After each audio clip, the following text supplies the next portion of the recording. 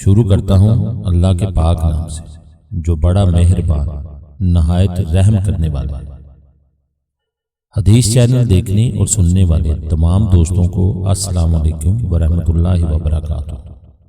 آج ہم اس ویڈیو میں حضرت صالح علیہ السلام کی زندگی کے تفصیلی واقعات آپ کو سنائیں گے۔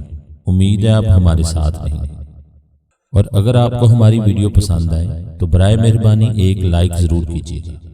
اللہ تعالیٰ کا ارشاد مبارک ہے، ہم اونٹنی کو نکالنے والے ہیں ان کی آزمائش کے لیے، سو ان کو دیکھتے بھالتے رہنا اور صبر سے بیٹھے رہنا، اور ان لوگوں کو یہ بتلا دینا کہ پانی کنویں کا ان میں بانٹ دیا گیا ہے، ہر ایک باری پر باری والا حاضر ہوا کرے گا۔ سو انہوں نے اپنے رفیق قدار کو بلایا، سو اس نے اونٹنی پر وار کیا اور مار ڈالا۔ سو دیکھو میرا عذاب اور ڈرانا کیسا ہوا۔ ہم نے ان پر ایک ہی نعرہ فرشتہ کا مسلط کیا، سو وہ اس سے ایسے ہو گئے جیسے کانٹوں کی باڑ لگانے والے کی باڑ کا چورا۔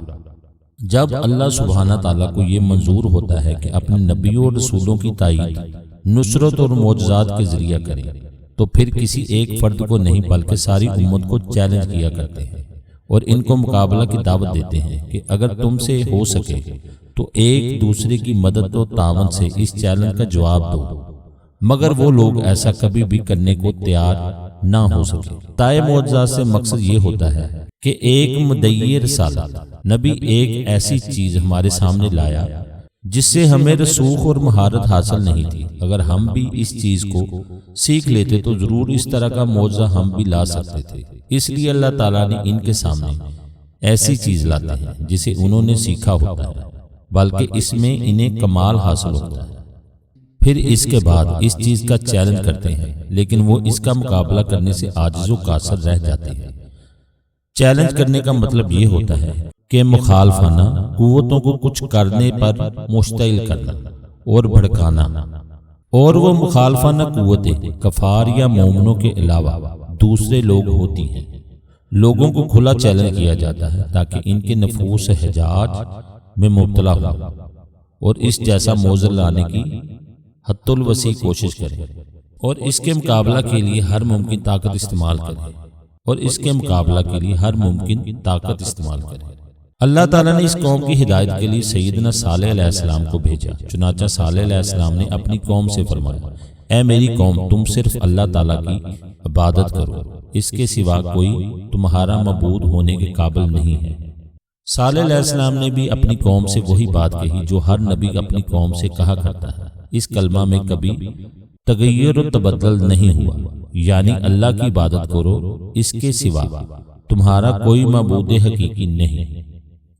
صالح علیہ السلام کی دعوت قوم کے لیے حادثاتی تھی، اس لیے کہ صالح علیہ السلام ان کے معبودوں پر الزام لگاتے تھے اور یہ فرمایا کرتے تھے کہ تمہارے یہ بت بے حیثیت اور بے قدر و قیمت ہیں، اور ان کو بت پرستی سے منع کیا کرتے تھے اور انہیں اللہ وحدہ کی عبادت کی طرف دعوت دیتے۔ صالح علیہ السلام کی دعوت ان کے معاشرہ میں ایک زبردست زلزلہ ثابت ہوئی۔ صالح علیہ السلام ان کے مابین دانا اور عقل مند اور نیک اور صالح مشہور تھے۔ نزول وحی اور بعثت سے پہلے انہیں بڑا مرتبہ حاصل تھا۔ سب لوگ انتہائی احترام سے پیش آتے، اس لیے کہ قوم کے لوگ صالح علیہ السلام کی طرف متوجہ ہوئے اور کہنے لگے۔ سورہ ہود آیت نمبر 62 ترجمہ: وہ لوگ کہنے لگے کہ اے صالح، تم تو اس کے قبل ہم میں ہونہار معلوم ہوتے تھے، کیا تم ہم کو ان چیزوں کی عبادت سے منع کرتے ہو جن کی عبادت ہمارے بڑے کرتے آئے ہیں، اور جس دین کی طرف تم ہم کو بلا رہے ہو یعنی توحید، واقعی ہم تو اس کی طرف سے بڑے بھاری شبہ میں ہیں جس نے ہم کو تردد میں ڈال رکھا ہے۔ قوم نے صالح علیہ السلام کی دعوت توحید سے اظہار نفرت کیا اور یہ کہنے لگی، یہ شخص اپنے علم، حسن تدبیر اور عقل و صداقت کی بنا پر ہمارے لیے امیدوں کا مرکز تھا۔ اب اس کو کیا ہوا؟ کیسی باتیں اس کی زبان سے نکل رہی ہیں؟ کیا یہ سب کچھ ہوش و حواس میں کہہ رہا ہے؟ اے صالح، تم نے ہماری ساری امیدوں پر پانی پھیر دیا۔ کیا تم ہمیں ان چیزوں کی عبادت سے منع کرتے ہو جس کی ہمارے بڑے باپ دادا عبادت کرتے آئے؟ قوم سمود دین حق سے ناپسندیدگی کا اظہار کرنے لگے اور اس بات پر حیران و سرگردان اور انگشت بدندان ہونے لگے کہ انہی کا ایک فرد ان کو توحید الہی کی دعوت دے رہا ہے۔ ان کے پاس صالح علیہ السلام کی دعوت کا جواب دینے کے لیے کسی قسم کی کوئی حجت یا دلیل نہیں تھی۔ ان کے پاس ان باتوں کے سوا اور اس ذہنیت کے علاوہ اور کچھ نہ تھا۔ وہ بس اس امر پر غضبناک اور حیرت ناک تھے، اس لیے کہ صالح علیہ السلام جن معبودوں سے ان کو دور رکھنا چاہتے تھے، ان معبودوں کی ان کے باپ دادا عبادت کیا کرتے تھے۔ صالح علیہ السلام نے جہالت کی وہ دیوار گرا دی جس کا وہ سایہ حاصل کیا کرتے تھے، اور ان فرسودہ رسومات اور مہلک عادات کا صفایا کر دیا جو ان کے ذہنوں پر غالب آ چکی تھی۔ آبائی رسموں کی پیروی نے ان کی عقلوں کو کچھ سوچنے سمجھنے سے قاصر کر دیا۔ حضرت صالح علیہ السلام نے آ کر ان کی عقلوں کو بیدار کیا تاکہ ان کے دماغ اس واضح امر کے متعلق کچھ غور و فکر کرے۔ بس صالح علیہ السلام کا ان کو بیدار کرنا ہی تھا کہ وہ غصہ سے آگ بگولا ہو گئے، آپے سے باہر ہو گئے اور سرگردان ہو گئے۔ ان کی حالت یہ ہو گئی کہ وہ اپنی بات کو بھی سمجھ نہیں پا رہے تھے، کیونکہ ان کے سامنے دو چیزیں تھیں، یا تو اپنی عقل کے پردے کھول دیتے اور دعوت صالح علیہ السلام کو قبول کر لیتے، یا پھر اپنی عقل کو اپنی حالت پر چھوڑے رکھتے، اس کو استعمال نہ کرتے اور اپنے باپ دادا کے خیالات اور خرافات پر جمے رہتے اور پہلے سے جاری بری رسومات و عادات پر ڈٹے رہتے، حتیٰ کہ جہالت اور بے وقوفی کا اعلیٰ درجہ حاصل کر لیتے۔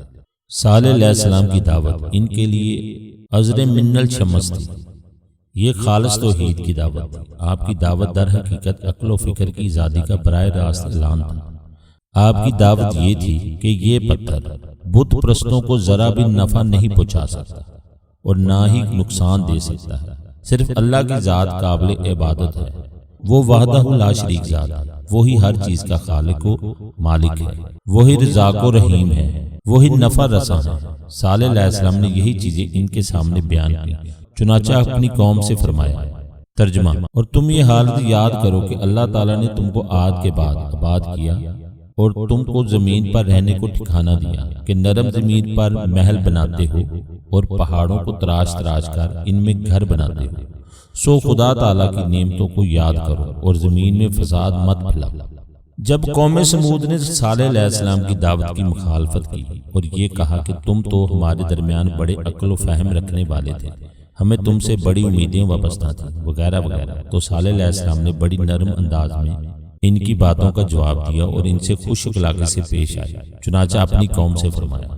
سورہ ہود آیت نمبر 63۔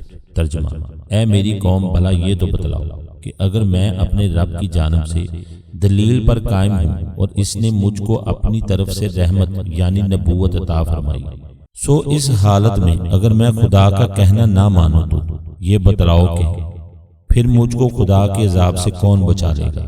تو تم تو سراسر میرا نقصان ہی کر رہے ہو۔ یعنی صالح علیہ السلام نے ان سے فرمایا، اگر حقیقت حال میرے کہنے کے مطابق ہی نکلے تو بتلاؤ۔ لیکن قوم پر کچھ اثر نہ ہوا، بلکہ الٹا صالح علیہ السلام پر الزام دھرنے لگے، ان پر تہمتیں لگانے لگے، کہنے لگے یہ تو سحر زدہ ہے، اسے تو خود اپنی بات کی خبر نہیں کہ میں کیا کہہ رہا ہوں۔ یہ جو توحید اختیار کرنے اور بت پرستی چھوڑنے کی دعوت دے رہا ہے، اس کی حقیقت کو یہ خود نہیں سمجھتا۔ قوم سمود اسی طرح کے الزامات اور اعتراضات ان پر کرنے لگے اور ہر وقت ان کی مخالفت، ان سے معارضہ اور مقابلہ کرنے لگے، اور دوسری طرف صالح علیہ السلام ان کو دنوں رات دعوت دیتے رہے اور ہر طرح سے ان کو سمجھاتے رہے کہ شاید یہ لوگ بت پرستی سے باز آ جائیں اور توحید کی دعوت کو قبول کر لیں۔ حضرت صالح علیہ السلام نے ان سے کہا کہ تم اللہ تعالیٰ سے استغفار کر لو، ہو سکتا ہے وہ تمہارے گناہ بخش دے۔ اللہ سے توبہ کر لو، بت پرستی کو چھوڑ کر صرف اس کی عبادت اختیار کر لو۔ اگر ایسا کرو گے تو اللہ تعالیٰ تمہاری توبہ قبول کریں گے اور تمہیں معاف کر دیں گے۔ صالح علیہ السلام نے ان سے یہ فرمایا، لیکن یہ ساری فہمائش بیکار ثابت ہوئی۔ صالح علیہ السلام نے محسوس کیا کہ اب ان کی ہدایت کا معاملہ مشکل ہو گیا ہے۔ میں جب بھی ان کو توحید کی طرف بلاتا ہوں، یہ بھاگتے جاتے ہیں، مزید سرکش ہوتے جاتے ہیں اور بات بات پر جھگڑتے ہیں۔ کوئی حجت اور وضاحت ان کے لیے کارگر ثابت نہیں ہو رہی۔ پھر دوسری جانب اللہ تعالیٰ نے ان میں سوچنے کی صلاحیت کو بھی ختم کر دیا۔ اب یہ لوگ کسی امر میں غور و فکر کرنے کے قابل نہیں رہے۔ اب تو صرف اللہ تعالیٰ کی طرف سے کوئی معجزہ ظاہر ہو جو ان کو عاجز کرے اور ان کی بولتی زبانوں کو بند کر دے، پھر ان کی زبانیں کبھی بھی فضولیات بکنے کے لیے حرکت نہ کر سکیں گے۔ خدا کی قدرت قوم سمود کی زبان سے ہی اس کا حل نکل آیا۔ وہ کہنے لگے، ترجمہ، سو کوئی معجزہ پیش کرو اگر تم دعوت نبوت میں سچے ہو۔ یعنی قوم سمود نے حضرت صالح علیہ السلام سے کوئی ایسا معجزہ پیش کرنے کا مطالبہ کر دیا جو ان کے دعوی نبوت اور پیش کردہ دین حق کی صداقت پر دلیل ہو۔ مفسرین لکھتے ہیں کہ قوم سمود ایک دن اپنی مجلس میں جمع تھی کہ اللہ کے پیغمبر صالح علیہ السلام ان کے ہاں تشریف لائے اور انہیں اللہ تعالیٰ کی توحید کی طرف دعوت دی، انہیں واعظ اور نصیحت کی اور انہیں ڈرایا سمجھایا۔ تو وہ کہنے لگے، اگر تم اس چٹان سے ان صفات کی حامل اونٹنی نکال دو تو ہم ایمان لے آئیں گے۔ انہوں نے اس اونٹنی کے مختلف اوصاف ذکر کیے۔ ایک وصف یہ ذکر کیا کہ وہ دراز قد اور 10 ماہ کی حاملہ اونٹنی ہو۔ صالح علیہ السلام نے فرمایا، کیونکہ صالح علیہ السلام ان کی طبیعتوں سے واقف تھے، ذرا یہ تو بتلاؤ کہ اگر میں تمہارے مطالبہ کو پورا کر دوں اور اسی طریقہ پر پورا کر دوں جس کی فرمائش تم نے کی ہے، تو کیا تم لوگ میرے پیش کردہ دین حق پر ایمان لے آؤ گے اور میری نبوت اور رسالت کی تصدیق کرو گے؟ صالح علیہ السلام کی شرط بالکل واضح تھی، اس میں کوئی گنجلک نہیں تھی۔ ایک ایسی اونٹنی کا مطالبہ جو ان کی آنکھوں کے سامنے چٹان سے برآمد ہو، دراز قد ہو، 10 ماہ کی حاملہ ہو، ان کی فرمائش کے مطابق اس میں تمام اوصاف موجود ہوں۔ یہ چیز انسانی طاقت سے باہر ہے، بلکہ ایک انسان کے لیے ایسا کر گزرنا محال و ناممکن ہے۔ قوم سمود نے یہ خیال کیا کہ صالح علیہ السلام ایسا نہیں کر سکیں گے اور وہ ان کو اس طرح عاجز کر دیں گے، جبکہ صالح علیہ السلام ان سے عہد کر چکے تھے اور شرط لگا چکے تھے، اور صالح علیہ السلام کو اپنے رب پر کامل یقین اور بھروسہ تھا کہ اللہ سبحانہ تعالیٰ ان کو کبھی بھی رسوا نہیں کریں گے۔ آپ کے ذہن میں اس بات کا خیال بھی نہیں آیا کہ میری قوم کے لوگ جس چیز کا مطالبہ کر رہے ہیں وہ کوئی محال امر ہے، بلکہ اللہ تعالیٰ کے لیے یہ امر آسان ہے، لہٰذا یہ معجزہ اپنے رب سے مانگنا چاہیے جو اللہ تعالیٰ کے لیے تو آسان ہے اور قوم کے خیال میں محال ہے۔ قوم نے انتظار کیا۔ جب قوم نے دیکھا کہ صالح علیہ السلام متعین چٹان سے اونٹنی برآمد کرنے سے عاجز آ رہے ہیں تو شروع ہو گئے ان کا مذاق اڑانے اور استہزاء کرنے، کیونکہ ان کے خیال میں ایسا کرنا ناممکن تھا۔ انہیں اس امر کے محال ہونے کا مکمل یقین تھا۔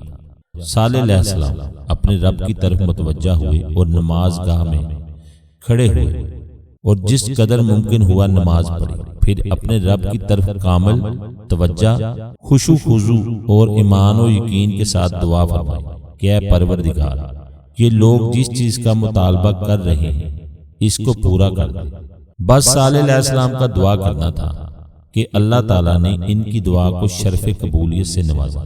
پھر اللہ تعالیٰ نے اس چٹان کو حکم دیا جس کی طرف اس قوم نے اشارہ کر کے کہا تھا کہ اپنے اندر سے ایک حاملہ اونٹنی نکالو جس میں وہ تمام اوصاف پائے جائیں جو انہوں نے بیان کیا یا جن اوصاف کی انہوں نے شرط لگائی ہے۔ یہ اونٹنی اللہ تعالیٰ کے معجزات میں سے ایک معجزہ اور نشانی تھی، اس لیے کہ اصل میں معجزہ اللہ کی قدرت کی نشانی ہے۔ کہا جاتا ہے کہ خود اونٹنی معجزہ تھی، کیونکہ وہ چٹان جو کسی پہاڑ میں تھی ایک دن پھٹی اور اس سے حاملہ اونٹنی نکلی، ساتھ ہی اس کا بچہ اس سے نکلا۔ وہ بچہ غیر معروف طریقہ پر پیدا ہوا۔ نیز کہا جاتا ہے کہ اونٹنی اس لیے معجزہ تھی کہ وہ ایک ہی دن میں کنووں میں موجود سارا پانی پی جاتی تھی۔ اس دن کوئی دوسرا جانور پانی کے قریب بھی نہ جاتا تھا۔ بعض کہتے ہیں کہ اونٹنی اس لیے معجزہ تھی کہ جس دن وہ اونٹنی پانی پیتی تھی اس دن اس کا دودھ سب لوگوں کو کافی ہو جاتا تھا۔ بہرحال یہ اونٹنی ایک معجزہ تھی۔ اللہ تعالیٰ نے اس کا حال اپنے فرمان عالی میں بیان کیا ہے۔ سورہ ہود آیت نمبر 64۔ ترجمہ، یعنی یہ اللہ کی اونٹنی ہے۔ اللہ سبحانہ تعالیٰ نے اس اونٹنی کی نسبت اپنی طرف کی۔ اس کا معنی یہ ہے کہ یہ کوئی عام قسم کی اونٹنی نہیں ہے، بلکہ یہ خدائی معجزہ ہے اونٹنی اللہ کی قدرت کی نشانی اور اس کا معجزہ کیسے تھا۔ اس کو بیان کرنے کے بعد ہم دوبارہ صالح علیہ السلام کے واقعہ کی طرف آتے ہیں، جب خدا تعالیٰ نے اس چٹان کو مذکورہ اور صاف سے متصف اونٹنی برآمد کرنے کا حکم دیا تو اس چٹان سے ویسی اونٹنی نکلی اور اپنے بچے کے ساتھ لوگوں کے سامنے ظاہر ہو گئی۔ جب قوم سمود نے یہ معجزہ اور اپنی آنکھوں سے یہ عظیم الشان منظر دیکھا، اللہ تعالیٰ کی قدرت عظیمہ اور دلیل قاطع اور برہان ساطع دیکھ لی تو بہت سے لوگ ایمان لے آئے۔ پھر بھی اکثر لوگ اپنے کفر، اپنی ضلالت اور اپنے عناد پر قائم اور مصر رہے۔ حضرت صالح علیہ السلام نے ان سے فرمایا، سورہ ہود آیت نمبر 64 ترجمہ، اور اے میری قوم، یہ اونٹنی ہے اللہ کی جو تمہارے لیے دلیل ہے، سو اس کو چھوڑ دو کہ اللہ کی زمین میں کھاتی پھرا کرے، اور اس کو برائی اور تکلیف دہی کے ساتھ ہاتھ مت لگانا، کبھی تم کو فوری عذاب آ پکڑے گا۔ اس اونٹنی نے قوم سمود کو شروع ہی سے مبہوت کر دیا تھا۔ یہ بڑی مبارک اونٹنی تھی، اس کا دودھ ہزاروں بچوں، عورتوں اور مردوں کے لیے کافی ہو جاتا۔ جہاں یہ آرام کرنے کے لیے بیٹھتی، وہاں کے حیوانات کسی دوسری جگہ چلے جاتے۔ یہ بات بالکل عیاں تھی کہ یہ کوئی عام قسم کی اونٹنی نہیں ہے، بلکہ قدرت کی نشانیوں میں سے ایک نشانی ہے۔ وہ اونٹنی ان کے درمیان رہنے لگی۔ کچھ لوگ تو مشرف و با ایمان ہو گئے، لیکن اکثریت اپنے کفر و عناد پر قائم رہی۔ ایمان لانے والے لوگوں کے جو رئیس تھے، ان کا شمار ان کے روسا اور شرفا میں ہوتا ہے۔ اس قوم کے 2 رئیسوں کے سوا، جن کے نام درج ذیل ہیں، باقی تمام شرفا قوم نے صالح علیہ السلام کے دین میں مداخلت کا ارادہ کیا۔ حباب اپنی قوم کے بتوں کے صاحب تھے۔ زواب اور حباب اپنی قوم کو صالح علیہ السلام کے معاملہ دین میں مداخلت کرنے سے منع کیا گیا۔ جب صالح علیہ السلام نے قوم کو اس بات سے ڈرایا کہ یہ اللہ کی اونٹنی ہے، سو اس کو برائی کے ساتھ ہاتھ بھی نہ لگاؤ، تو قوم کو یہ بات ناگوار ہوئی کہ یہ اونٹنی ان کے سامنے زندہ رہے، جہاں چاہے ان کی زمینوں پر چرتی پھرے اور اپنی باری کے دن کنویں کا سارا پانی ہی پی جائے۔ وہ لوگ اپنی باری کے موقع پر، یعنی جو دن ان کے لیے مخصوص تھا، اپنی ضروریات کو پورا کر لیا کرتے تھے۔ کہا جاتا ہے کہ وہ اس اونٹنی کا دودھ کفایت کے ساتھ پیتے تھے، اس لیے فرمایا، ترجمہ، پانی پینے کے لیے ایک باری اس کی ہے اور ایک مقرر دن میں ایک باری تمہاری۔ یہ اونٹنی ان کے لیے ایک بہت بڑا امتحان اور آزمائش تھی کہ آیا وہ اس کو دیکھ کر ایمان لے آتے ہیں یا کفر ہی کریں گے۔ اللہ عز و جل نے صالح علیہ السلام سے فرمایا، سورہ القمر آیت نمبر 27، سو ان کو دیکھتے بھالتے رہنا، یعنی ان کا انتظار کرو، اور صبر سے بیٹھے رہنا، یعنی ان کی اذیتوں پر صبر کرتے رہنا، یہاں تک کہ کوئی خبر آ جائے۔ آگے فرمایا، اور ان لوگوں کو یہ بتلا دینا کہ پانی کنویں کا ان میں بانٹ دیا گیا ہے، ہر ایک باری پر باری والا حاضر ہوا کرے گا۔ یہ بات واضح ہونے کے باوجود کہ اونٹنی کوئی عام قسم کی نہیں ہے، بلکہ یہ تو اللہ تعالیٰ کے معجزات میں سے ایک معجزہ ہے۔ قوم سمود کی کراہت اور نفرت سیدنا صالح علیہ السلام سے ہٹ کر اس اونٹنی پر مرکوز ہو گئی۔ اب ساری ریشہ دوانیاں اور سازشیں اس اونٹنی کے خلاف شروع ہو گئی۔ اس کے خلاف تانے بانے بنے جانے لگے۔ کافروں کو اس عظیم الشان اونٹنی سے نفرت ہو گئی، بلکہ قدرت کی اس نشانی سے اور معجزہ خداوندی کو ناپسند کرنے لگے۔ اپنے دل میں اس کے خلاف تدبیریں بنانے لگے۔ سرداران قوم کی طرف سے کسی بری تدبیر کا آنا ایک امر طبیعی تھا۔ مورخین اور علماء تفسیر نے یہ بات ذکر کی ہے کہ قوم سود کی 2 عورتیں تھیں، ایک کا نام تھا صدوقہ، جو مہیا بن ظہیر بن مختار کی بیٹی تھی، بڑے حسب و نسب والی اور مالدار تھی۔ پہلے وہ مسلمان آدمی کی بیوی تھی جو صالح علیہ السلام پر ایمان لے آیا، پھر اس عورت نے اس کو چھوڑ دیا اور اس سے علیحدگی اختیار کر دی۔ اس عورت نے اپنے چچا کے بیٹے مصرع کو اپنی طرف دعوت دی، جو محرج بن مہیا کا بیٹا تھا، اور اس کو اپنا نفس اس شرط پر پیش کیا کہ وہ اس اونٹنی کو مار دے، اور دوسری عورت کا نام تھا انیزہ جو غنیم بن مجلز کی بیٹی تھی، اور ام خنمہ یا ام عثمان اس کی کنیت تھی۔ وہ بہت بوڑھی کافرہ تھی۔ اس کے شوہر زواب بن عمرو تھے، جس کی طرف سے اس کی چند بیٹیاں تھیں۔ زواب قوم کے سرداروں میں سے ایک سردار تھا۔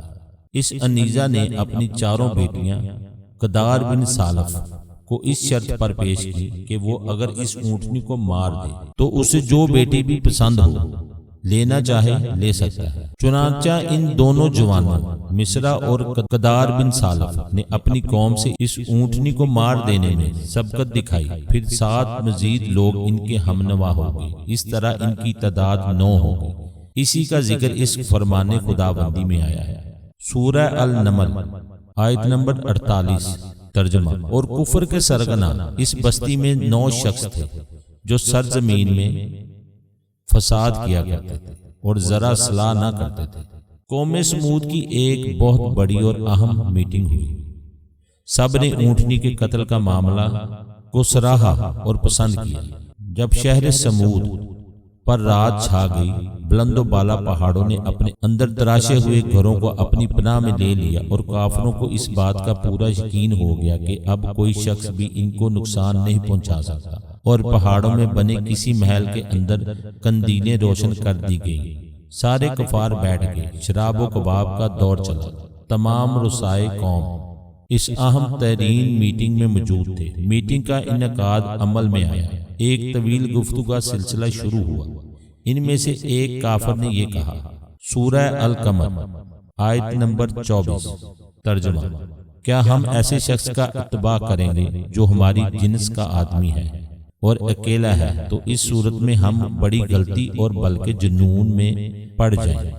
اور دوسرا یہ کہنے لگا، کیا ہم سب میں سے اسی پر وحی نازل ہوئی ہے؟ ہرگز ایسا نہیں، بلکہ یہ بڑا جھوٹا اور بڑا شیخی باز ہے۔ شراب کے جام چلتے رہے۔ ان کی گفتگو کا رخ صالح علیہ السلام سے ہٹ کر اس اونٹنی کی طرف ہو گیا۔ ان کافروں نے پھر اونٹنی کے ساتھ کیا معاملہ کیا، انشاءاللہ ہم آپ کو نیکسٹ ویڈیو میں سنائیں گے۔ امید ہے آپ ہمارے ساتھ رہیں گے۔ نیکسٹ ویڈیو تک اللہ حافظ۔